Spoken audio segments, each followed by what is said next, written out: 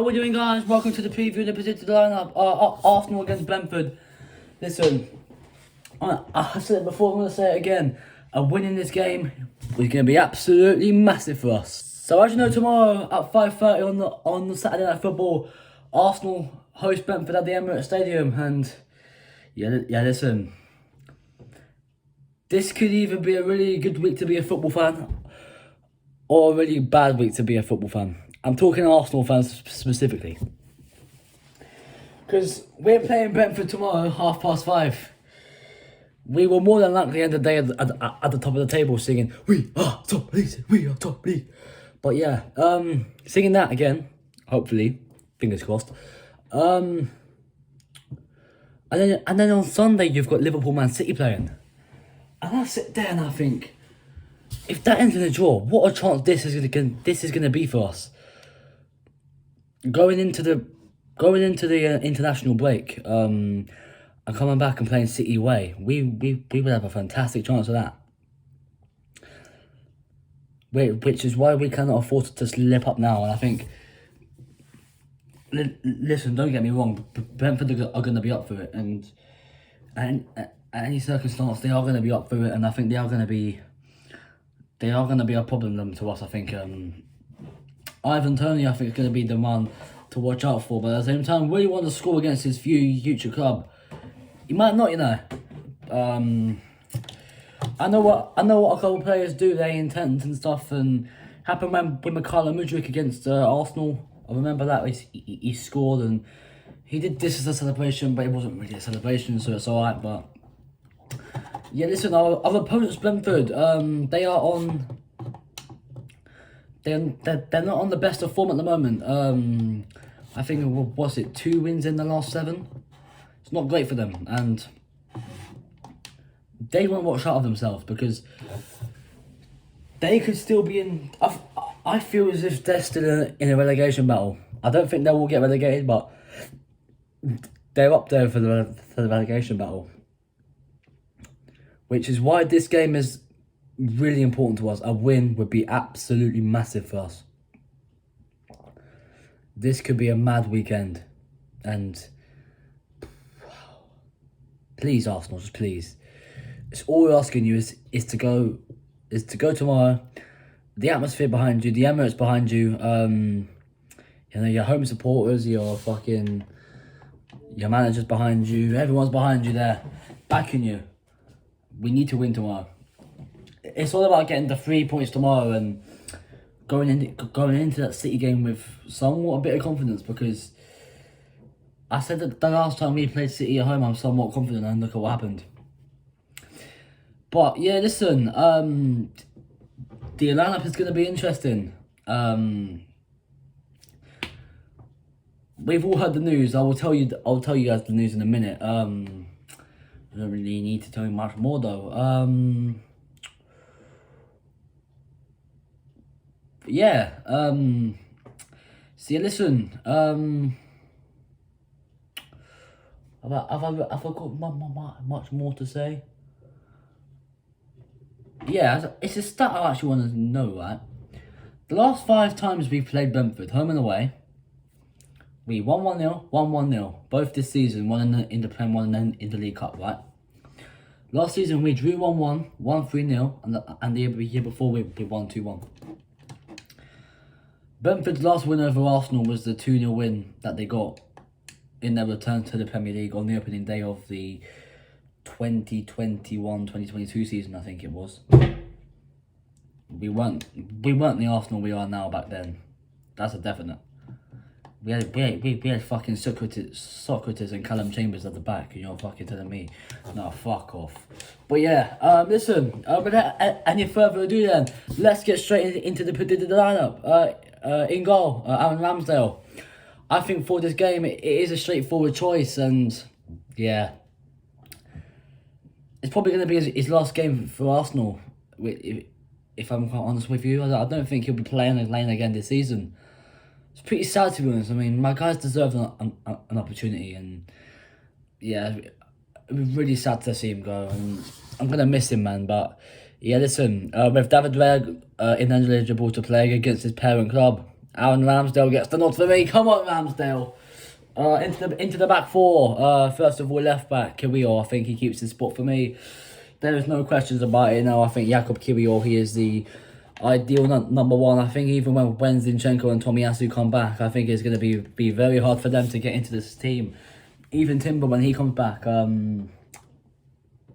he should be back for the Porto game apparently. Julian Timber. I hope so. But Kiwior's playing so well, but Kiwior knows deep down that you've got players Zinny, Tomiyasu, Timber, all waiting to come back from injury. It's going to be a big end to the season and a very interesting one. But Kiwior starts this game for me. Into the centre-back duo, first of all, Gabriel, no questions about it. Well, one of the best centre-backs in the Prem at doing his job and what he's best at doing, you know what I mean? And holding up the play well and, you know, his fucking stamina second to none. The goals he has scored this season have been vital goals for us, crucial goals at crucial points as well. He starts the game for me. Alongside him, William Saliba, I think is a straightforward choice.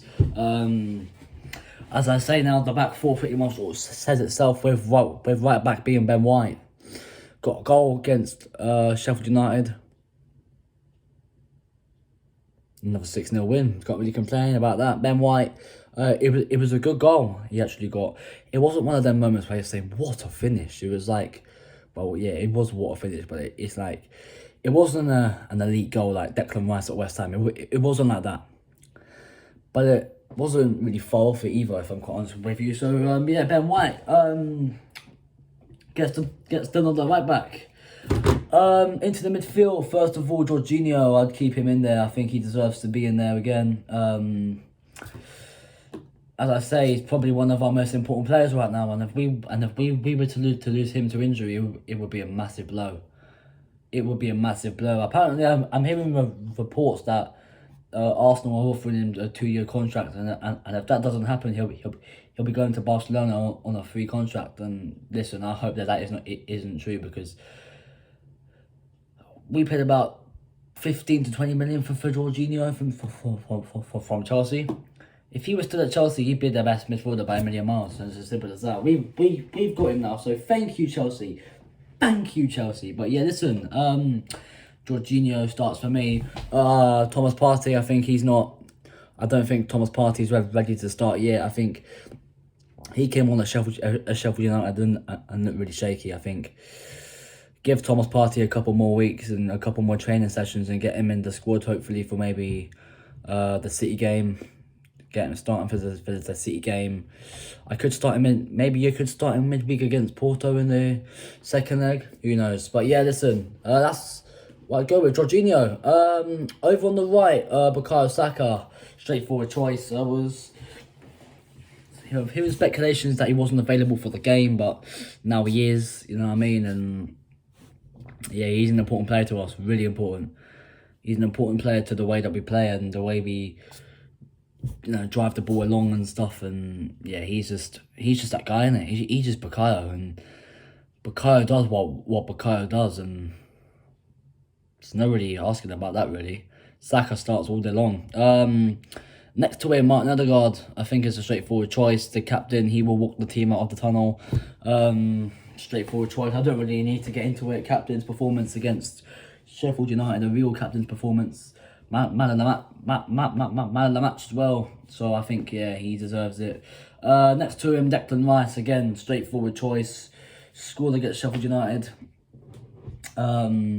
Listen, there's no dropping Declan Rice off from the team. The only time you drop Declan Rice from the team is if you've got a League Cup game against Doncaster Rovers at home or even away. But yeah, that's the only time you drop that Declan Rice. Other than that, you start him every game consistently on a consistent basis. Over on the left, now this is probably where there could be a bit question marks over Martinelli. Did go off at Sheffield United, but I will stick with Martinelli for this game. I think Martinelli will start the game, and I think he should. If he doesn't start, I understand why, because of that little knock against Sheffield United, and I think Right. Personally, I wouldn't start him, but I'm just going what I think Mikel Arteta will go with, and you know what I'm saying. And I think he will be Martinelli there, and I'd like to see Trossard getting the run.